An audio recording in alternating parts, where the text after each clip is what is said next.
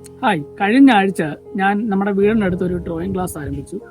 കുറേ കുട്ടികൾ അവിടെ വന്നു, 10-20 കുട്ടികളുണ്ട്. അപ്പോൾ അവർ വരയ്ക്കുന്ന കണ്ടപ്പോഴാണ് ഇവരുടെ ചെറിയ ചെറിയ പ്രശ്നങ്ങൾ എനിക്ക് മനസ്സിലായത്. അപ്പോൾ അവർ പ്രശ്നങ്ങളൊന്നുമില്ല, അവർ ഫ്രീ ആയിട്ട് വരയ്ക്കുകയും അവരുടേതായ വരകൾ വരയ്ക്കുകയൊക്കെ ചെയ്യുന്നതാണ്. കുറച്ച് കാര്യങ്ങൾ ശ്രദ്ധിച്ചാൽ നമുക്കിത് നന്നായിട്ട് ചെയ്യാൻ പറ്റും. ഇത് ഒന്ന് ഷെയർ ചെയ്യണമെന്ന് എനിക്ക് തോന്നി. കാരണം പലവരും ദൂരെയൊക്കെ ഉള്ളവരെന്നെ വിളിച്ചിട്ട് ഇത്രയും ദൂരം വരാൻ പറ്റത്തില്ല, അതുകൊണ്ട് വീട്ടിൽ വരുവാന്നൊക്കെ ചോദിച്ചിരുന്നു. അപ്പോൾ അവർക്കൂടി വേണ്ടിയിട്ടും എല്ലാവർക്കും, ഇത് കാണുന്ന എല്ലാവർക്കും വേണ്ടിയിട്ടും വീട്ടിലിരുന്ന് പ്രാക്ടീസ് ചെയ്യുന്ന രീതിയിലാണ് ഈ വീഡിയോ ചെയ്യുന്നത്. അപ്പോൾ എന്നോടൊപ്പം വരയ്ക്കാൻ ആഗ്രഹമുള്ള എല്ലാവരും ഒരു പെൻസിലും ഒരു പേപ്പറുമായി ഈ വീഡിയോയുടെ കൂടി ഇരിക്കണം. ഞാൻ വരയ്ക്കുന്നത് പോലെ ചെയ്താൽ മതി. നിങ്ങൾക്കും തീർച്ചയായിട്ടും നല്ലൊരു ചിത്രം വരയ്ക്കാൻ സാധിക്കും. നമുക്ക് പെൻസിൽ പിടിക്കുമ്പോൾ ആദ്യം നമ്മൾ എഴുതുന്നത് പോലെ പെൻസിൽ പിടിക്കരുത്. എഴുതുന്ന പോലെ പെൻസിൽ പിടിക്കുമ്പോൾ പ്രശ്നം, ഈ പേപ്പറും പെൻസിലും തമ്മിലുള്ള ഒരു ദൂരം വളരെ കുറവായിരിക്കും. അതുകൊണ്ട് ചെറിയ വരകളെ ഇതിനകത്ത് ഇടാൻ പറ്റത്തുള്ളൂ. അത് മാറ്റിയിട്ട് ഇച്ചിരിയുടെ ഹൈറ്റ്, ഇച്ചിരിയുടെ നീളമായിട്ട് പെൻസിൽ പിടിക്കണം. ഇച്ചിരിയുടെ നീട്ടി പെൻസിൽ പിടിക്കുകയും ഈ പെൻസിലിന്റെ മുന ചെത്തുമ്പോൾ കട്ടർ ഉപയോഗിച്ച് ഇങ്ങനെ ഇങ്ങനെ ചെത്തി ഒരു ചെറിയ എഴുതുന്ന പോലത്തെ ചെറിയ മുനയാക്കാതെ നല്ല നൈഫ് ഉപയോഗിച്ച് ചെത്തി നല്ല നീളമുള്ള മുനയാക്കുകയും വേണം. എന്നിട്ട് ഇച്ചിരി നീളമായിട്ട് പിടിച്ചിട്ട് വളരെ ഫ്രീ ആയിട്ട് പെൻസിൽ ഇങ്ങനെ തൊട്ടില്ല എന്ന് പറഞ്ഞിട്ട്, അതിൽ പേപ്പറിൽ ഇങ്ങനെ മുട്ടിയില്ല എന്ന് പറഞ്ഞിട്ട് റൗണ്ട് ആയിക്കോട്ടെ, എന്തെങ്കിലും ആയിക്കോട്ടെ, ഏത് ഷേപ്പ് ആണെങ്കിലും മുട്ടിയില്ല എന്നുള്ള രീതിയിൽ ഇങ്ങനെ വളരെ ഫ്രീ ആയിട്ട് മൈൻഡ് ഫ്രീ ആക്കുക. ഈ 2 വിരലിൽ ബലം കൊടുക്കുകയോ ചെയ്യരുത്.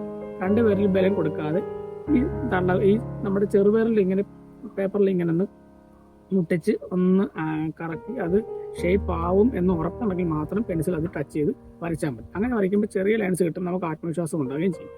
ആദ്യമേ തന്നെ കുത്തിപ്പിടിച്ച് വരയ്ക്കരുത്, കുത്തിപ്പിടിച്ച് ബലം കൊടുത്ത് വരയ്ക്കരുത്. അത് സ്വാഭാവികമായിട്ടും എല്ലാവരും തെറ്റുമോ എന്നുള്ള പേടി കൊണ്ട് കുത്തിപ്പിടിച്ച് ബലം പിടിച്ചൊക്കെയാണ് വരയ്ക്കുന്നത്. അങ്ങനെ വരയ്ക്കുന്ന വരകൾ വളരെ മോശമായി പോവുകയും ചെയ്യും. അത് മായ്ച്ചു കളഞ്ഞാൽ പോകത്തുമില്ല, നമ്മുടെ പേപ്പറും ചിത്തയായി പോകും. അതുകൊണ്ട് തന്നെ ഇനിയുള്ള വരകൾ, ഇനി എൻ്റെ വീഡിയോയിൽ തുടർന്നും ഈ വരകളെ എങ്ങനെ മെച്ചപ്പെടുത്താം, ആ വരകൾ നമുക്ക് എങ്ങനെയൊക്കെ ഷേപ്പുകളാക്കി മാറ്റാം, നമ്മുടെ പരിസരത്തുള്ളതോ വീട്ടിലുള്ളതോ ഒക്കെ ആക്കി മാറ്റാം.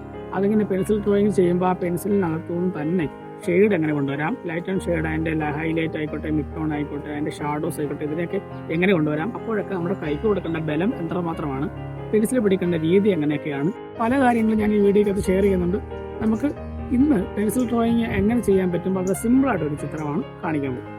ഏത് ഷേപ്പാണോ ഉള്ളത്, റൗണ്ട് ആണെങ്കിൽ റൗണ്ട്, ചതുരമാണെങ്കിൽ ചതുരം, ആ ഷേപ്പ് അനുസരിച്ച് നമ്മൾ അതിനെ ഷെയ്ഡ് ചെയ്യുകയും ചെയ്യണം. ഷേപ്പ് അനുസരിച്ച് വേണം ഷെയ്ഡ് ചെയ്യാൻ.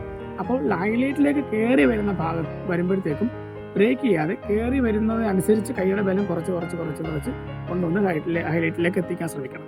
അങ്ങനെ ശ്രമിക്കുന്ന അവസരത്തിലാണ് ഇങ്ങനെയൊക്കെയുള്ള ഇമേജുകൾ വളരെ വൃത്തിയായിട്ട് കിട്ടുന്നത്. എപ്പോഴും കമ്പോസിങ് ഒരു വലിയ ഘടകമാണ്. ഒരു പേപ്പറിൻ്റെ എവിടെ പടം നിൽക്കണം എന്ന് നമ്മളാണ് ആഗ്രഹിക്കുന്നത്. നമ്മൾ എവിടെയാണ് പടം നിൽക്കുന്നതെന്ന് ആദ്യമേ തന്നെ മനസ്സിൽ കണക്ക് കൂട്ടിയിട്ട് വേണം ഇങ്ങനെയുള്ള വര വരയ്ക്കാൻ. അങ്ങനെ ആകുമ്പോൾ ഇങ്ങനെ ഒരു പേപ്പറിൻ്റെ സെൻറ്ററിൽ തന്നെ ഈ ഇമേജ് കിട്ടും.